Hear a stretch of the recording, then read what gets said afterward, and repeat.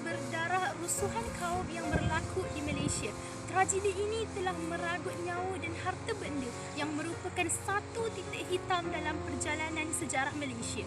Persoalannya, adakah peristiwa ini memberi kesan pada rakyat Malaysia? Adakah masalah perpaduan di Malaysia masih berkekalan hingga kini? Bersama sini saya sertakan siaran langsung rancangan Seketika Merungkai Sejarah yang dirakam pada 13 Mei 2020. Mari sama-sama kita saksikan. Assalamualaikum dan selamat datang ke dalam rancangan saya pada hari ini, Seketika Merungkai Sejarah. Bersama saya pada hari ini, saya akan membawakan kepada semua 3 orang panel yang amat bijaksana dan sangat diramai. Yang pertama, Dr. Azimah, dan yang kedua, Profesor Diana, dan yang ketiga, Datuk Seri Amali. Seterusnya, kita akan bersama-sama mereka untuk menceritakan serba sedikit kronologi 13 Mei dan kita akan bersama mereka sekarang di atas talian. Okey, silakan. Peristiwa 13 Mei 1969 ini berlaku semasa pilihan raya umum pada tahun tersebut.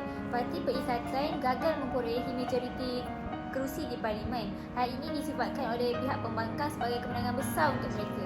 Jadi, untuk meraihkan kemenangan tersebut, mereka telah berarak di sekeliling Kuala Lumpur.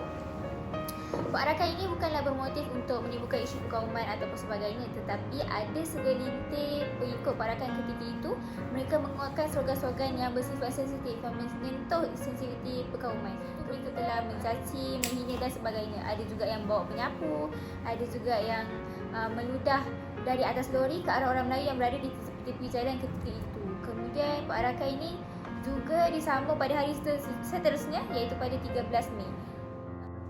Reaksi orang Cina dapat dilihat melalui kematian seorang lelaki Cina akibat sakit tua. Mayat beliau telah diarak di sepanjang Kuala Lumpur, namun perarakan tersebut bertukar menjadi perarakan kemenangan yang menghina Melayu.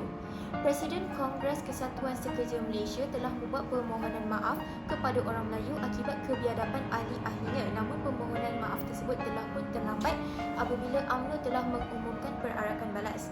UMNO ingin mengadakan perarakan balas pada jam 7.30 petang, namun orang Melayu terlebih dahulu telah berkumpul di hadapan rumah Menteri Besar Selangor. Pergaduhan mula berlaku sekitar jam 6 petang apabila seorang lelaki Cina mula bertindak dengan membaling batu dan botol kaca ke arah orang Melayu yang ingin melakukan perjalanan ke Kampung Baru. Pergaduhan tersebut didapati oleh orang Melayu yang terdapat di Kampung Baru dan mereka mula bergerak ke setapak dengan bersenjatakan parang dan keris. Sesiapa sahaja orang Cina yang lalu di kawasan tersebut akan dibunuh dan rumah-rumah mereka akan dibakar. Kerusuhan berlaku selama 45 minit apabila tentera dan askar Melayu mula menjaga kawasan di sekitar Kuala Lumpur. Kerusuhan dapat dikawal menggunakan gas pemedih mata dan juga perintah berkurung selama 24 jam yang telah disiarkan di televisyen dan di radio.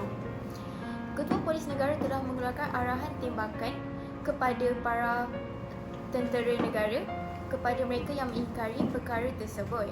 Akibat daripada peristiwa ini, terdapat 196 orang mati, manakala 439 orang cedera, 39 orang hilang dan 9,143 ditahan. Manakala 211 lagi ialah kenderaan dimusnahkan. Ini merupakan angka rasmi bagi jumlah yang terkorban ataupun kerugian yang dialami oleh negara. Manakala angka statistik pula tidak dapat dianggarkan jumlahnya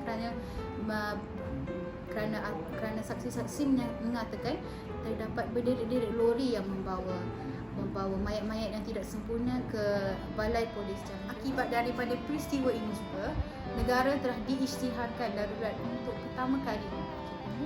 Bagian juga telah membentuk satu rukun negara yang baru untuk meningkatkan kefahaman negara tentang perlembagaan.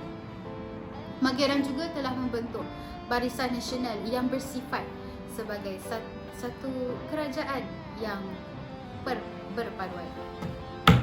Baiklah, seterusnya kita akan bersama rakan sekerja saya yang berada di lapangan. Assalamualaikum warahmatullahi wabarakatuh. Saya Ahmad Syarif Syaki bin Ahmad Syarif ingin menemu ramah 3 orang awam untuk bertanyakan tentang isu 13 Mei 1960. Saya dah berjumpa dengan 2 orang awam yang saya nak temukan. Okay, saya mulakan dengan Akak Tudung Ungu dulu. Apa yang Akak dapat tentang pengajaran daripada peristiwa 13 Mei? Yang saya dapat daripada peristiwa ini ialah kita tidak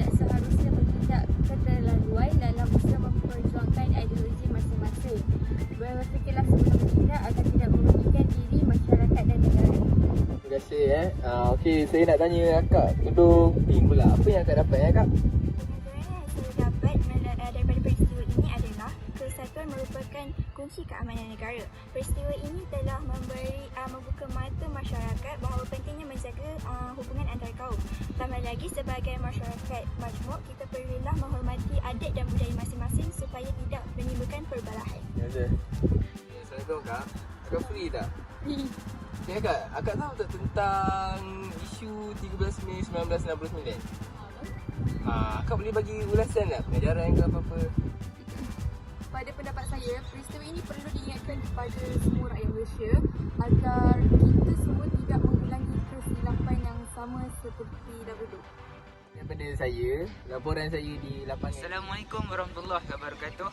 Saya Muhammad Faris bin Syahrudin akan meneruskan apa yang telah dilakukan oleh sahabat sepetugas saya di lapangan yang lain. Akan menemubual orang awam berkenaan peristiwa 13 Mei. Saya ingin bertanyakan, apakah pengajaran yang dapat kita ambil daripada peristiwa 13 Mei? Kita sebagai rakyat Malaysia yang berbilang kaum, hendaklah menjaga sensitiviti perkauman, terutamanya dalam media sosial. Jika tidak, perkara yang tidak diingini seperti perbalahan dan kerusuhan antara kaum akan berlaku sekali lagi. Sekian daripada saya.